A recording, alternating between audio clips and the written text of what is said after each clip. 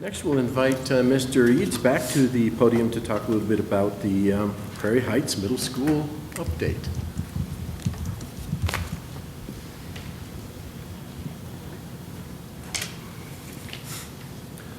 Good evening, President DeWitt, Dr. Lang, and members of the board.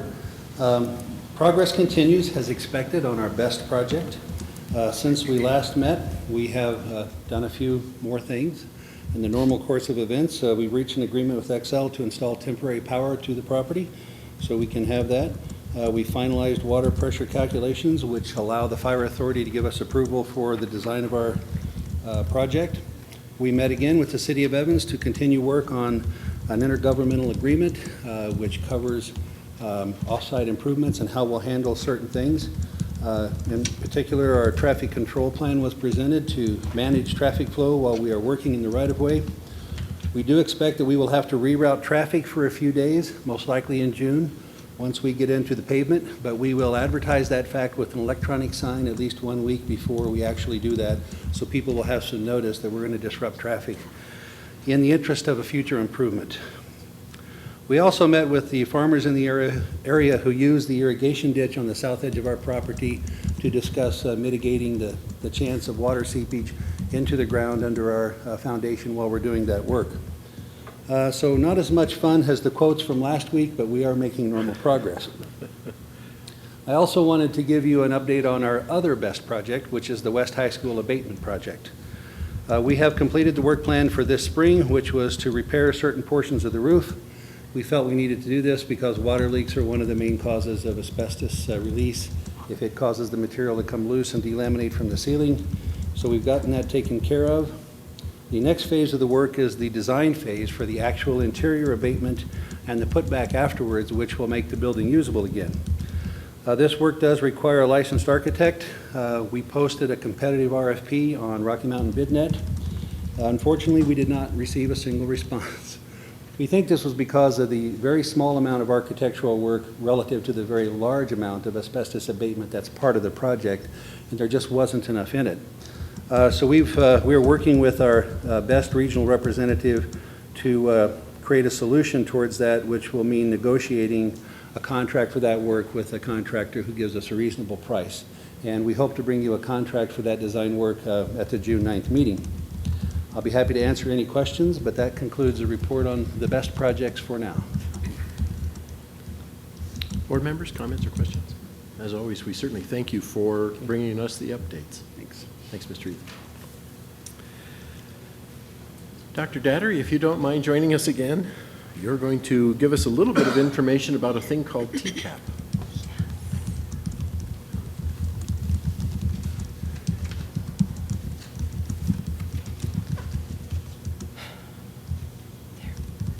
Got to tap that a little harder. All right.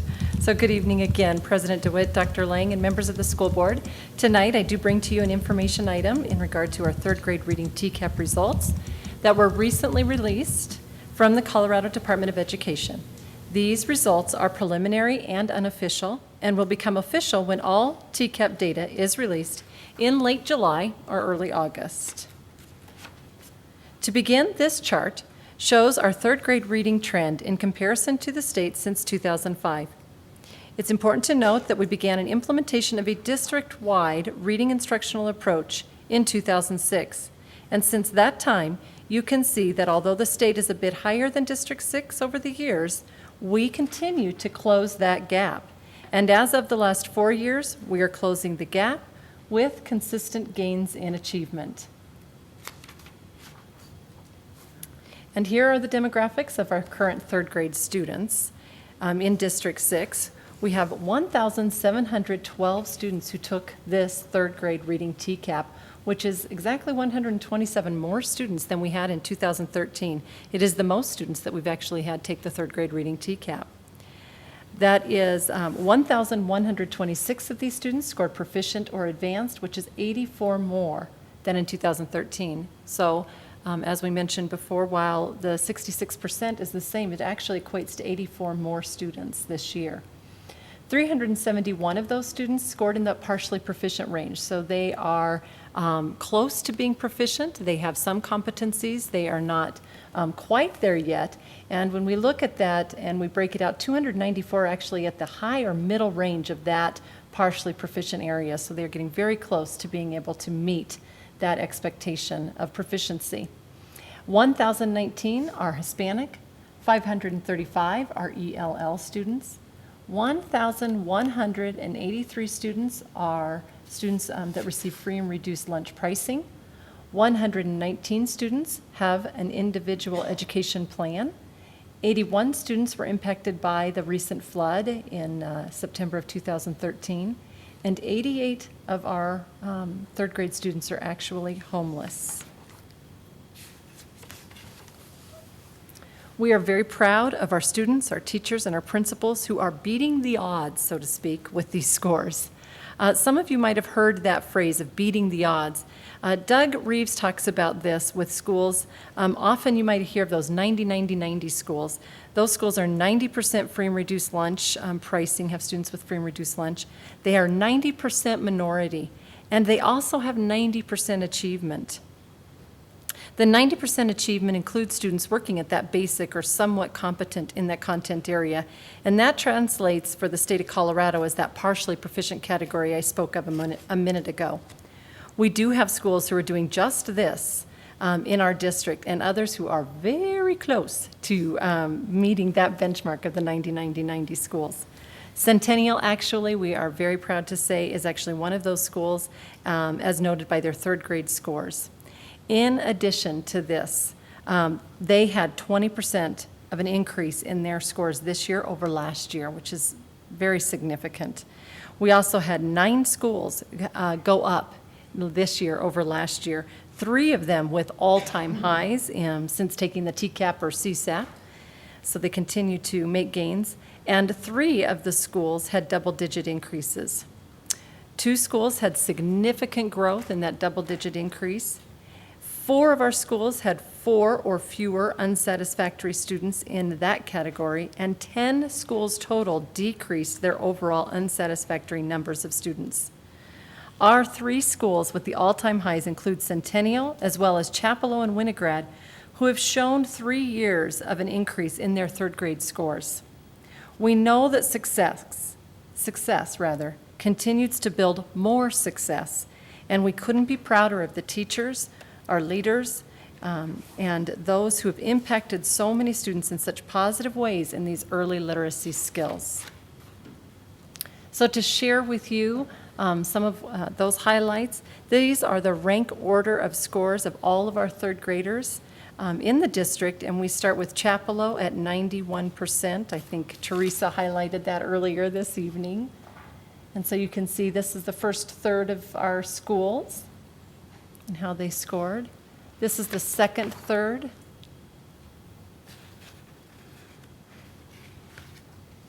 And finally, the final third of our district schools and their scores. We do review our data in a lot of different ways, and this is just one of them, where we look at the district and school level in terms of different demographic groups, and we monitor the growth in the learning of all of our students. This chart shows the English language learner students and their third grade scores over time in comparison to the state. So a little similar graph with a different cut, just looking at our second language learners. At the bottom of this slide, you can also see the corresponding percentages for each year, both state and District 6. As you can see, for several years, we have increased the percent of EL students who score at proficient and advanced, as well as we have outperformed the state. And in the last 2 years, we continue to do so. So the next chart compares the state and district achievement trends for students who receive free and reduced lunch pricing. The district has made, as you can see in the blue, considerable gains in achievement of students in this category. And as of this year, we have surpassed the state average. We did as well, it looks like in 2010. And so it is important, though, to note, this is one of those categories where what we need to understand in our district is that our students who are second language learners are also, by and large, almost to the T, not every child, but the vast majority are also on free and reduced lunch. And so many of the students that you saw in that second language learners who are increasing in achievement and how they're scoring are also in this chart as well. And so while this is not true everywhere in the state, second language learners are also receive free and reduced lunch pricing. That is true here. And it does make these two charts even more significant to us in our district as we realize the challenges that our students bring, and we realize the hard work that our teachers are giving them every day and that continue to increase achievement. And now even to be able to say that we've surpassed those state averages. So our hats are off to our teachers and our principals who work this every day with their students. And this final graph is that of our gifted and talented learners. We actually had 5 schools this year with double-digit scores in the advanced category. And over time, this achievement has varied with more years comparing higher proficiency in advanced scores than the state. And again, this year, we are impressed with the growth and achievement of our highest performing students, showing that, again, that our teachers do that incredible job of meeting the needs of so many of our diverse learners in their classrooms. They have a lot that they juggle, and they do it really well. At our principal meeting this past Wednesday, we actually had a very more in-depth discussion about our recent results in our 3rd grade, and we shared positive practices among ourselves about what are those specific action steps that attributed to both the reduction in unsatisfactory scores as well as an increase in the number of students that score in the proficient and advanced, as well as that high partially proficient range.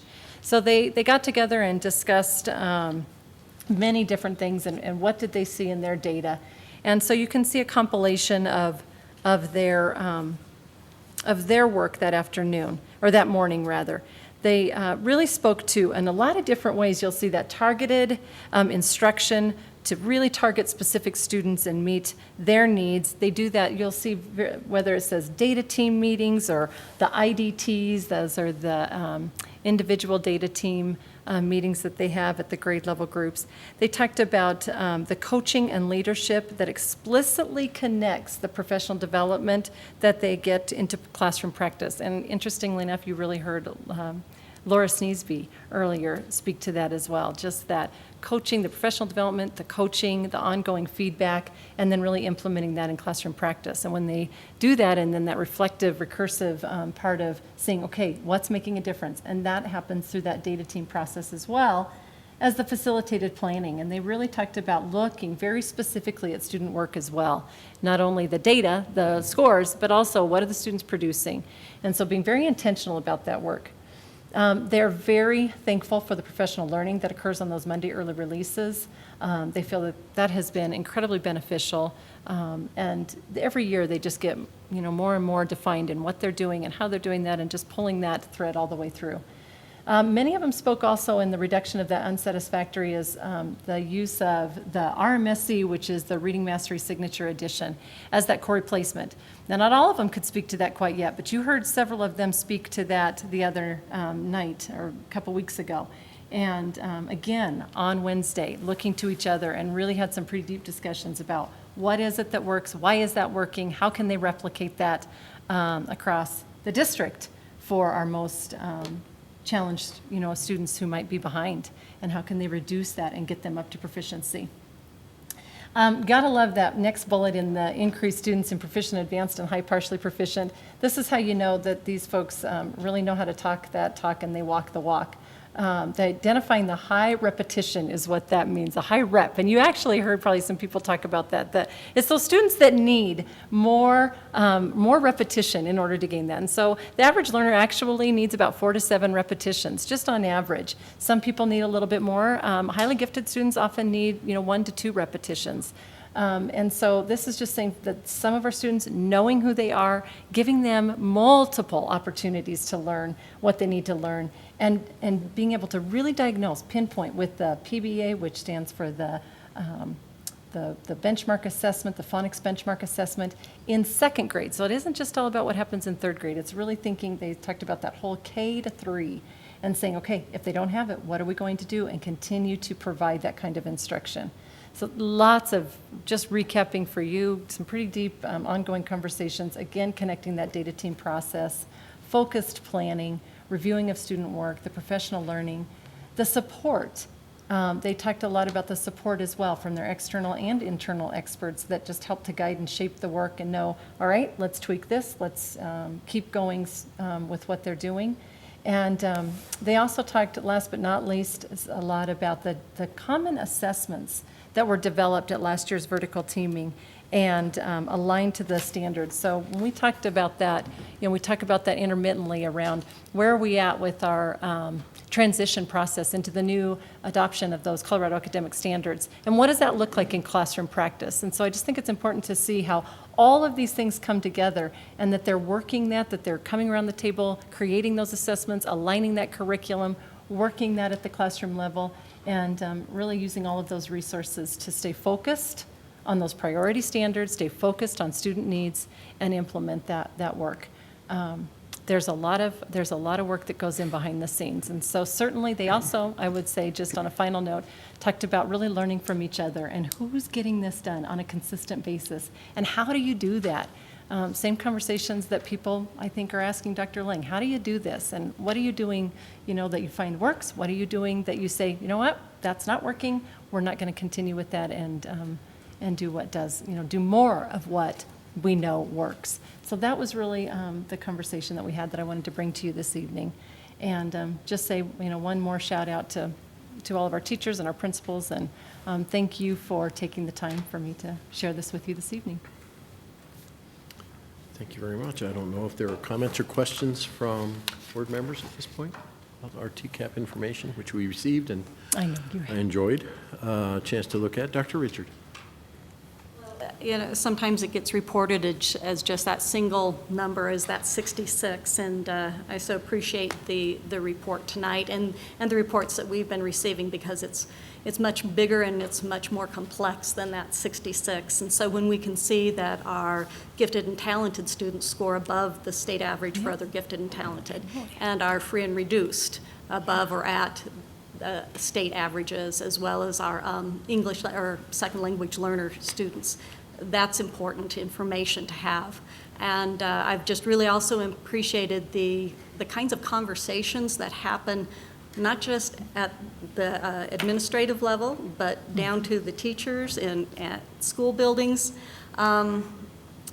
Just the ability to problem solve and hold those professional conversations to say, where do we go now with each individual child to move them forward? And I'm just thank you to all that are involved in the District 6. That's great news for kids. Thank you. Mr. Hafley. Dr. Datter, thank you for your time. First of all, I want to congratulate all of our students. They're the driving force to make us all look like we're halfway decent. And I need to thank all the building administrators for doing such a positive job on working with our educators in appropriate teaching practices. And then first and foremost, I think we need to recognize that we know that it's our educators that are the reason that we're successful. And it is not the tools that we give them, it's their skill set, thanks to administration, their building folks, as well as their efforts. And I know that all of the board members realize and understand that this has been a very challenging process, and that everybody involved should be complimented. Thank you. I agree. Ms. Elise? I think it's important that community members realize how huge our challenges are and the things that our teachers face every single day, and just know that we support our teachers and we're very appreciative of all their hard work that they have to face every single morning with our little kiddos. And thank you to the parents who really got involved and helped their kids during this testing time. I know it's not the easiest time, but they rallied through, so thank you very much for that. And as a community, let's continue to work harder and get these numbers up, and just thanks for everyone involved. Thank you very much, Dr. Dettery. Thank you. We appreciate the time.